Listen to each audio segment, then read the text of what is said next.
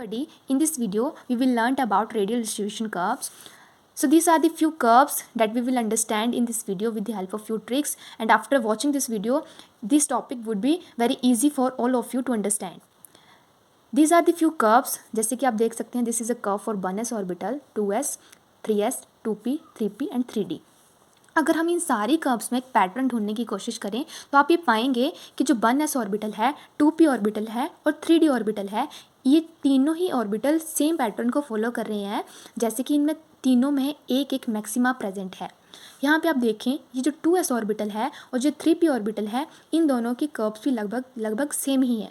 अगर यहाँ पे 4d ऑर्बिटल और 5f ऑर्बिटल भी प्रेजेंट होता फिगर में तो उन दोनों की कर्व भी सेम ही आनी थी, 2s और 3p की जैसे ही। ये मैंने बिना देखे कैसे बता दिया, वही पार्ट हम वीडियो के नेक्स्ट पार्ट में समझेंगे with the help of few tricks.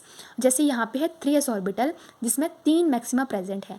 अगर यहाँ पे 4p, 5d और 6f ऑर्बिटल की रेडियल डिस्ट्रीब्यूशन कर्व्स बनाई होती तो उनकी डायग्राम भी सेम इसी डायग्राम की तरह आनी थी। ये भी मैंने बिना देखे बता दिया। तो ये कैसे हो रहा है वही हम ट्रिक्स की हेल्प से इस वीडियो में समझेंगे। सबसे पहले इन कर्व्स में आप देखेंगे आपको मैक्सिमा मिलेंगे और मिनिमा मिलेंगे। जो मिनिमा होंगे that will represent our nodes.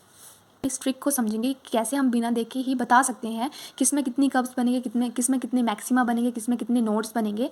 तो सबसे पहले आपको एक बेसिक आइडिया होता है कि हमारे जो सबशेल्स होते हैं वो कितने होते हैं। बेसिकली 4 सबशेल हमारे पास होते हैं, that is S, P, D and F। सबसे पहले आपको क्या करना है, हर सबशेल, जैसे पहले 4 सबशेल लिखने हैं और हर सबशेल को हमें मिनिमम वैल्यू देनी है प्रिंसिपल क्वांटम नंबर की।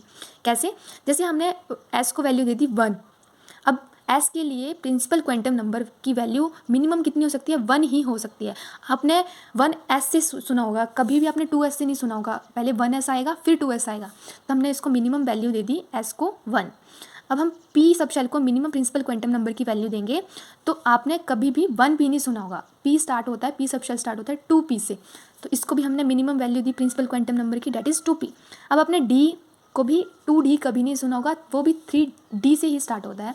उसी तरह F 4f से स्टार्ट होता है। अगर आपको ये याद नहीं रहेगा तो सिंपल ऐसे समझे कि पहले आपको 4 सबशेल लिखने हैं और हर के आगे 1, दूसरे के आगे 2, तीसरे के आगे 3 और उसके आगे 4 लगा देना है। ऐसे सिंपल तरीके से आपको इसको समझना है। नेक्स्ट क्या होगा, अब ये जो चारों ऑर्बिटल हमने लिखे, इनके लिए आपको याद रखना है कि जो मैक्सिमा जो हमने कर्व में देखे थे वो इन चारों के लिए एक ही प्रेजेंट होगा, एक ही मैक्सिमा बनेगा कर्व में। और इसमें नोड क्या बनेंगे? नील बनेंगे, मतलब 0 बनेंगे। याद रखें, सिंपल तरीका ये होता है, जितने मैक्सिमा बनते हैं उससे एक कम नोड बनता है। इसमें मैक्सिमा 1 है तो इसका एक कम क्या होगा? 0। इसमें 0 नोड बनेंगे। नेक्स्ट आपको क्या करना है, फिर से 4 सबशेल लिखनी है। पहले हमने उसको मिनिमम प्रिंसिपल क्वांटम नंबर की वैल्यू दी थी, अब हमें जो प्रिंसिपल क्वांटम नंबर है उसको 1 से बढ़ाना है। जैसे 1 का 2 कर दिया, 2 का 3 कर दिया, 3 का 4, 4 का 5, सारे सबशेल लिख लिए। फिर उसके आगे उसके प्रिंसिपल क्वांटम नंबर को पीछे वाले के कंपैरिजन में 1 से बढ़ा दिया। तो 2, 3, 4 और 5 सिंपल। तो इसमें क्या होगा, जो मैक्सिमा प्रेजेंट होंगे इस वाले ऑर्बिटल्स में, जो कर्व्स के मैक्सिमा प्रेजेंट होंगे वो 2 होंगे। और नोड का क्या फॉर्मूला था? 1 माइनस कर देना है। तो इसमें मैक्सिमा 2 है तो नोड होंगे 1। उसी तरीके से हमें 3s, 4p, 5d और 6f के लिए हमारे पास मैक्सिमा आ जाएंगे 3 और नोड आ जाएंगे उसका एक कम 2। ये भी हमने उसी तरीके से किया, 4 सबशेल लिख लिए और उसमें फर्दर एक प्रिंसिपल क्वांटम नंबर ऐड कर दिया। इसी तरीके से हम ये बता सकते हैं कि 1s, 2s, 3d, 4f के लिए मैक्सिमा की जो वैल्यू है 1 है, नोड है नील।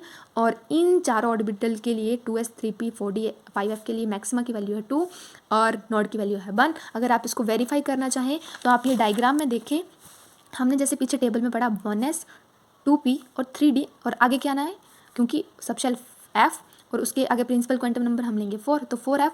इन चारों के लिए जो हमारी कर्व होगी वो सेम होगी विद 1 मैक्सिमा।